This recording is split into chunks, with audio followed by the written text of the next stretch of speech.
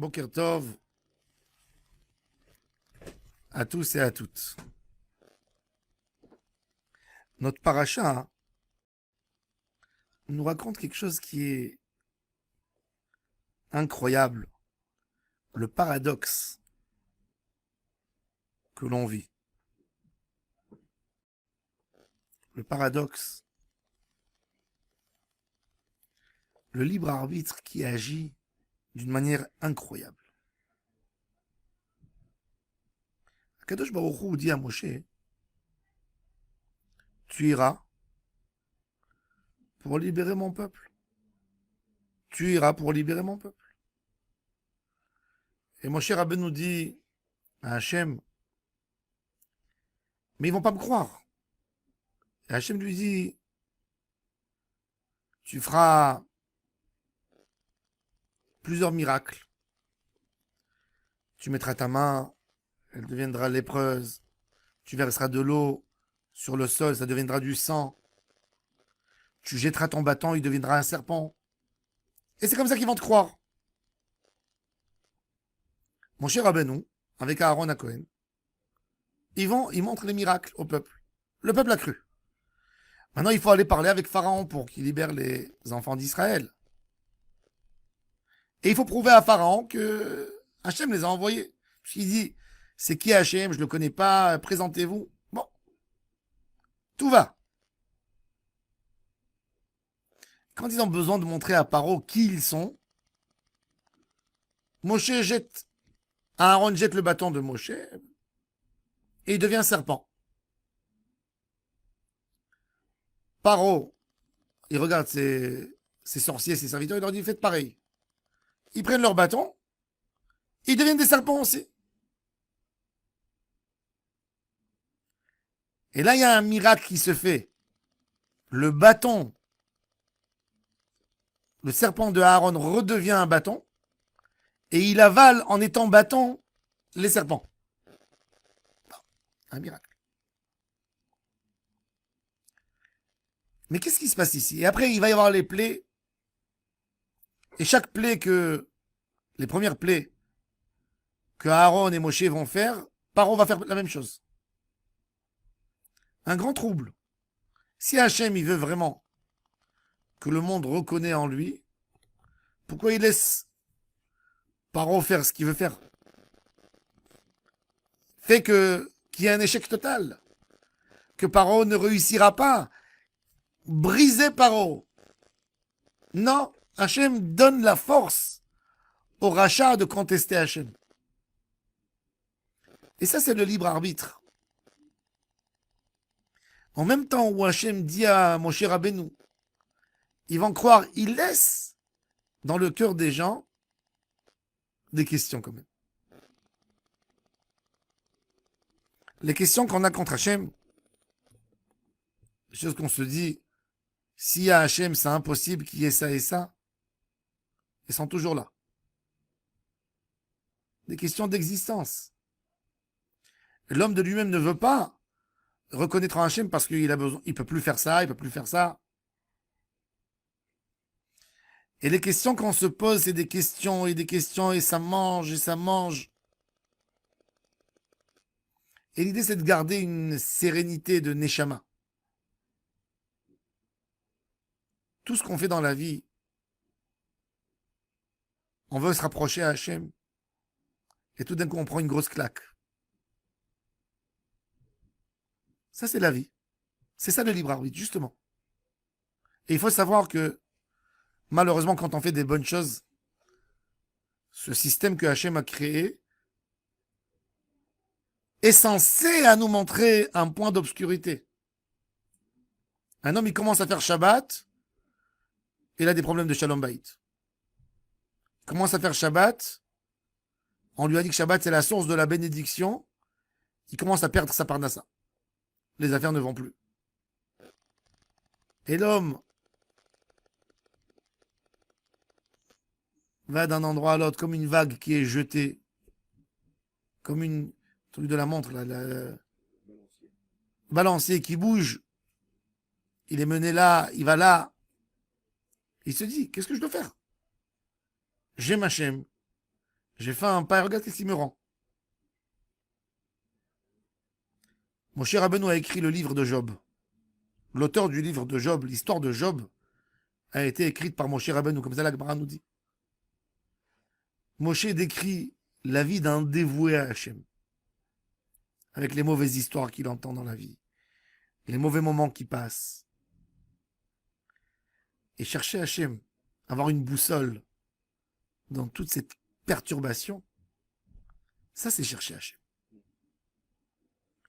L'histoire d'Égypte, Hachem pouvait la faire beaucoup plus facile. La sortie, elle aurait pu être beaucoup plus simple. Exactement comme la sortie de notre premier ancêtre, d'Avram Avinu. Avram Avinu, il est venu en Égypte. Paro lui a pris sa femme. Hachem qui a donné un malheur dans toute la maison de Paro et de ses serviteurs. Et il a renvoyé Avram avec des cadeaux. Ça aurait pu se passer comme ça, la sortie d'Égypte. Mais Hachem a voulu nous montrer qu'il se cache, qu'il n'est pas toujours là. De servir Hachem en recevant tout de suite des cadeaux. Un bon comportement amène des cadeaux. Un mauvais comportement amène des problèmes. Ben, il n'y aurait plus des gens qui font des mitzvot. On aurait attendu les cadeaux. On aurait eu peur des malheurs. La Mishnah dans Pirkei Avot, elle nous dit Al tiyu ka'avadim ameshameshim et arav amenad lekabel peras. Ne soyez pas des serviteurs qui servent leur créateur que pour recevoir des choses. Dans la vie, quand il y a quelqu'un qui est gentil avec nous, chaque fois qu'on lui rend un petit service, il nous fait un gros cadeau. À la fin, on attend le cadeau. On reste là pour attendre. Et Akadosh Baruch Hu nous dit, c'est plus de l'amour sincère, ça. C'est attendre une récompense. Eh bien, dans la vie, la plus grande avodat Hashem, que Hashem s'attend des êtres humains, c'est de dire, je fais parce que c'est vrai. Je fais pas parce que il va y avoir un bonheur à un moment. Non. Quand Abraham Avinu a dû sacrifier son fils Yitzhak, est-ce qu'il peut y avoir un bonheur après une chose pareille? Mais parce qu'Abraham Avinu, tellement il était comblé de bonheur quand il faisait la volonté d'Hachem, que pour lui, il fallait lui trouver quelque chose que impossible. Abraham Avinu se remplissait de bonheur quand il faisait une mitzvah qu'il était tellement heureux. Alors Hachem, pour le mettre dans le libre arbitre, il lui a dit, tu vas prendre quelque chose que c'est impossible que tu sois heureux. Et il a avancé avec. On fait les mitzvot, pas parce que ça va m'amener à un olam haba. Oui, ça va m'amener à un olam haba. Mais pas, je ne fais pas parce que ça va m'amener à un olam haba. Parce que c'est juste. Am Israël, ils ont vu qu'après la promesse de la Géoula de Moshe Rabbeinu, Paro est devenu encore plus méchant. Si, jusqu'au moment où Moshe Rabbeinu est venu leur dévoiler cette bonne nouvelle de la délivrance, c'était Paro qui fournissait tout pour construire. Il recevait les briques. Tous les matins, il y avait les briques sur le chantier. Il y avait l'eau, il y avait la paille, il y avait les produits. Du moment où Moshe Rabbeinu est venu leur annoncer la Géoula, ils ont cru. Ben Moshe, il a dit, Paro, il a dit, maintenant, c'est à vous de faire tout. Et vous n'avez pas diminué la quantité de ce qu'il faut construire. Et les responsables du Ham Israël, ils ont vu Moshe, ils ont dit, vous avez donné une épée à Paro pour nous faire du mal. Et Moshe qui se retourne vers Hachem. Il dit, pas seulement que tu n'as pas allégé, c'est devenu plus dur. Pas seulement qu'il n'y avait pas eu de délivrance, c'est devenu encore plus dur. C'est vrai. Parce que quand ils ont eu la délivrance, Am Israël est rentré tout de suite dans la nostalgie de Yosef. Ah, ça va bien se passer. Comme à l'époque de notre ancêtre Yosef. On va tous avoir une indépendance. On va avoir le bonheur. Mais on sert à Kadosh Baruch Hu. Parce que c'est vrai. Parce qu'il le demande. Pas parce qu'on trouve un confort. C'est sûr que Hachem nous récompense comme un père. Imaginez-vous un père que ses enfants font tout parce qu'ils savent que le père il donne de l'argent. Ce pauvre père. Moi j'avais connu un garçon qui était multimillionnaire. Et il était âgé et pas marié. Et je lui ai posé la question, pourquoi tu ne te maries pas? Il m'a dit, mon problème, c'est que depuis l'âge de 17 ans, tout mon entourage sait que je suis riche. Et je n'ai jamais trouvé de l'amour sincère. Un jour, ce qu'il a fait, il est venu en Israël avec un groupe de jeunes qui venaient visiter Israël. Et il est venu avec des habits les plus simples. Et il n'a pas raconté à personne. Il a dit qu'il habitait dans un endroit perdu. Et il a trouvé une fille qu'il a aimée pour ses qualités. Et là, il était heureux. Parce qu'il a trouvé un amour sincère. Akadosh Baruch Hu, il sait qu'on le remercie tous quand on a des enfants. Et c'est normal. Et c'est pour ça que chacun dans sa vie, Akadosh Baruch Hu lui donne une épreuve. Il donne des épreuves des fois, beaucoup d'épreuves. Et tu fais la chose qui est juste à faire et pas parce que tu vas recevoir quelque chose. Être juif, c'est ne pas vivre avec Akadosh Baruch Hu dans une relation donne, je donne. C'est pas payer et acheter. Pas du tout. Hachem veut de l'amour sincère. Shlomo Amelech nous dit dans Shir HaShirim,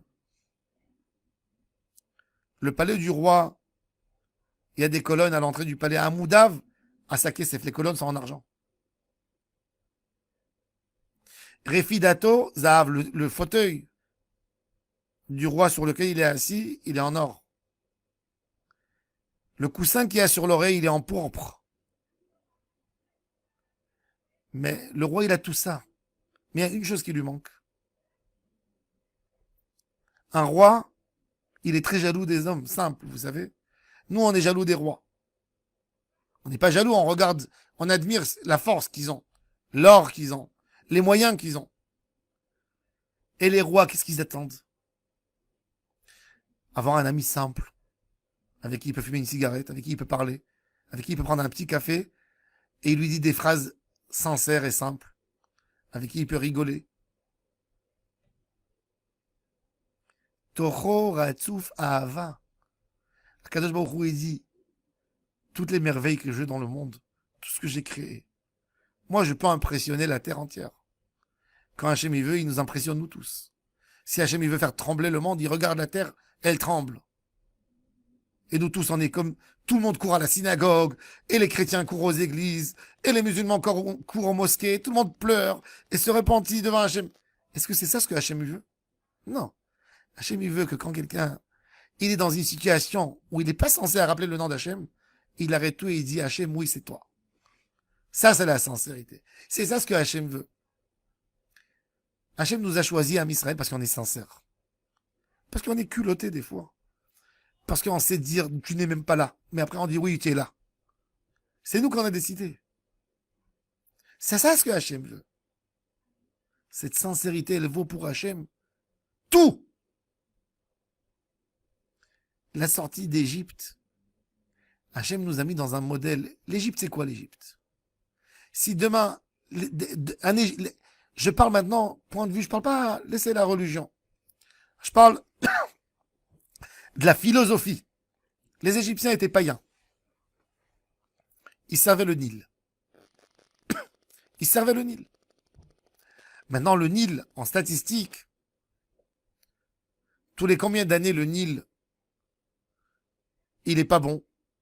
Ça s'est passé 2 ans de famine à l'époque de Yosef. Il y a eu un vrai problème dans le Nil. Mais le Nil, la preuve, c'est que l'Égypte est habitée. L'Égypte est habitée pendant des millénaires entières. C'est-à-dire que jamais la civilisation a quitté l'Égypte, parce qu'ils avaient toujours de l'abondance. Il y avait toujours l'eau, il y avait toujours de quoi semer, faire de la... Il y avait toujours. Alors maintenant, les Égyptiens, ils vont servir qui? Le Dieu de leur abondance. C'est qui pour eux? C'est le Nil. C'est pour ça que Pharaon s'est dit Dieu du Nil. Mais même ça, maintenant, en étant païen, quand tu sers quelqu'un qui te donne tout le temps, tout le temps, tout le temps, tout le temps, tout le temps suivi, tu n'as jamais eu le manque, tu n'as pas peur, donc tu comprends même pas le cadeau que tu reçois. Donc même leur travail, point de vue païen, n'était pas correct par rapport à leur Dieu. Et Akadosh Baruch Hu, pour le Ham Israël, il veut pas qu'on oublie. Ces leçons-là, justement, de l'Égypte, c'est une leçon d'un homme religieux. Il est religieux dans sa croyance à lui. Mais à un moment que tu reçois tout, tous les jours, tout, tu ne sers plus Hachem. Après, c'est une petite reconnaissance. Ça devient une coutume. Hachem voulait qu'on ait une autre relation. La religion juive, c'est une autre religion avec Hachem. C'est une relation spéciale avec Hachem. Très spéciale. Et Hachem, pour ça, pour un sourire naturel qu'un homme fait à Hachem parce qu'il aime Hachem, ça lui vaut plus que tout le monde. Une mitzvah, une d'un être humain qui a été faite pour Hachem, malgré toutes les circonstances, malgré les problèmes, mais que parce que c'est juste. Cette mitzvah, elle est claire des milliers d'années. Et ça, c'est ce que Hachem nous donne. Ça, c'est l'épreuve de l'Égypte. Donc, au même moment que Hachem va dire, il va y avoir une délivrance, il va y avoir un malheur. Et toi, tu vas dire, mais voilà, regarde, depuis qu'il a parlé, il n'y a que du mal. Et là, la croyance, elle commence à travailler. Là, la émouna, elle commence. Mais non, mais moi, je crois pas parce que j'ai vu ça. Parce que j'aime Hachem. Parce que je me sens redevable à Hachem. Et là, c'est le travail. Ça, c'est le travail du Ham Israël. Alors, courage à nous tous. C'est ce qu'on apprend de cette paracha. Baruch Adonai Leolam. Amen. Amen.